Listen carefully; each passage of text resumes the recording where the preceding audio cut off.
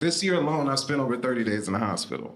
You know what I'm saying? When I was in the hospital, I got the call to do this. He was like, yo, Snow, you want to record your half-hour comedy special? I was in that bitch like, yes! Yes, please. So thank y'all for coming, man, for real.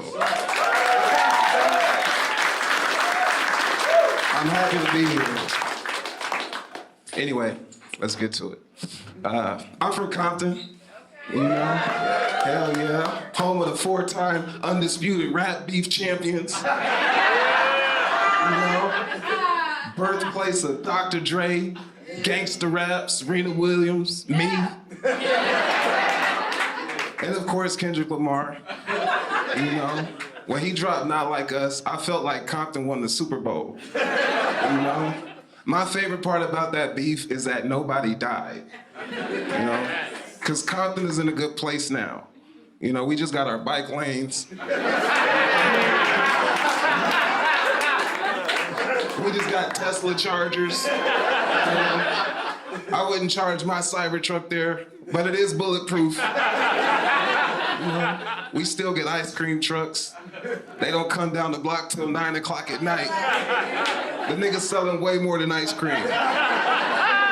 You know, he don't even play the song. He just pull up and go, bum, bum. You got 5 minutes, girl. You know?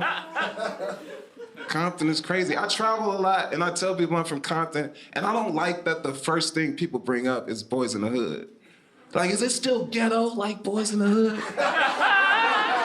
I'm like, no. How does Compton have a reputation that's 30 years old? You know what you didn't see in Boyz in the Hood? Whole Foods. I mean, we still ain't got one.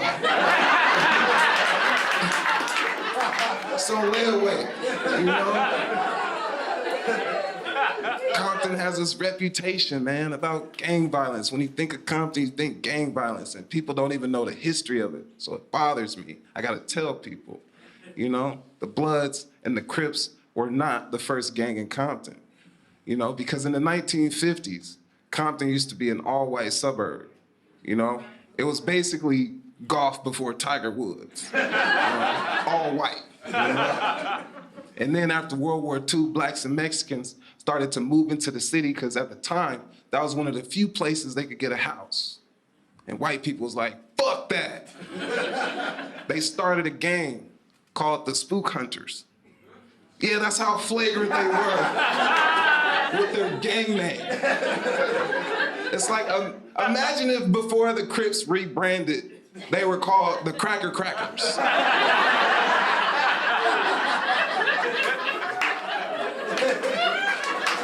It's crazy, bro. This is true, you can look it up. They were called the Spook Hunters.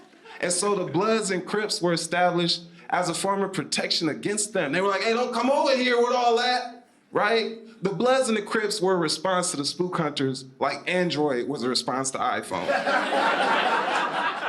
You know?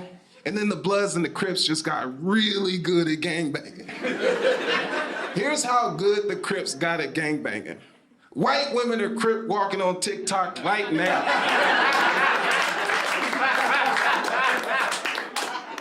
You know what I'm saying? Spook Hunters couldn't compete with that type of influence. So they formed a whole new gang called the Police.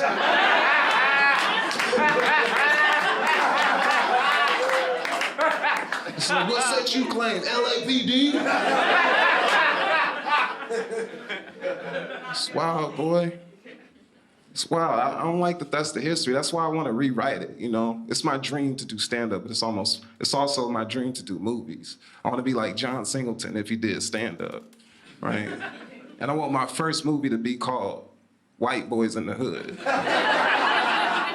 Starring Ben Affleck and Matt Damon. You know? I want to recreate all those famous scenes. You know the one where Ricky get killed in the alley? Instead, it's Zac Efron. You know? Matt and Zach are side by side walking down the alley, aimlessly scratching lottery tickets, drinking whole milk. You know? Matt sees out of the corner of his eye a red car at the end of the alley. The window cracks. It's Ben Affleck in there. And he got the shotgun, right? Cue the saxophone. Matt turns to Zach. Zach doesn't see it coming, so he goes, Zachary! Boom! Zach goes down. Then out of nowhere, Jack Black pull up in the Subaru. Oh, good! This is gnarly. He scoop his body up, take him to his mom's house, dump him on the couch. She starts screaming hysterically, oh my God, what are you doing? What did you do? He just got a scholarship to play lacrosse.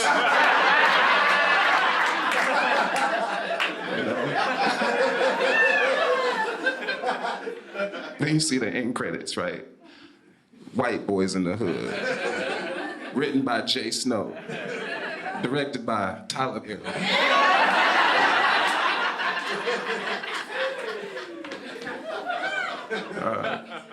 Compton is predominantly Mexican now, like most places in America.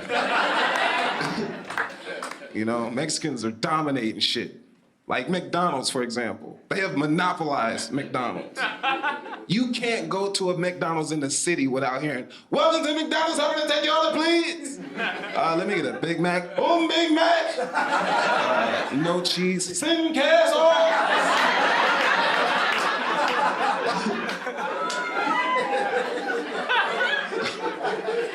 That's the best English you gonna get in there, dog. The cashier is the one who speaks the best English. Look, go to a McDonald's. The further into the restaurant you look, the less English they speak. You can't talk to the nigga on the fries. He's not even supposed to be in the country.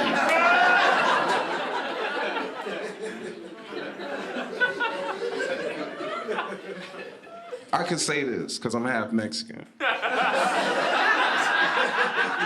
I'm not, but let's pretend. You know? I did have a Mexican family though, right? Again, blacks and Mexicans in Compton, right? Here's how I met my Mexican brother. I was 5 years old. I just got my first bike. My Mexican brother's name is Debo, right? So, I know, right? It's his street name, and you'll see why in a second. I get my first bike, I ride it down to the end of the block where their house is. Debo is on the porch. Debo sees me, he goes, hey, give me your bike, punk. And I was like, no. And he was like, all right.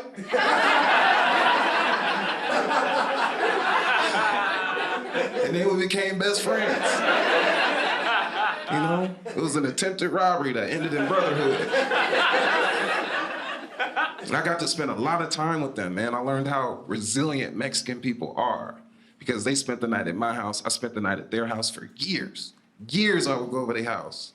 I ain't seen these niggas drink water one time.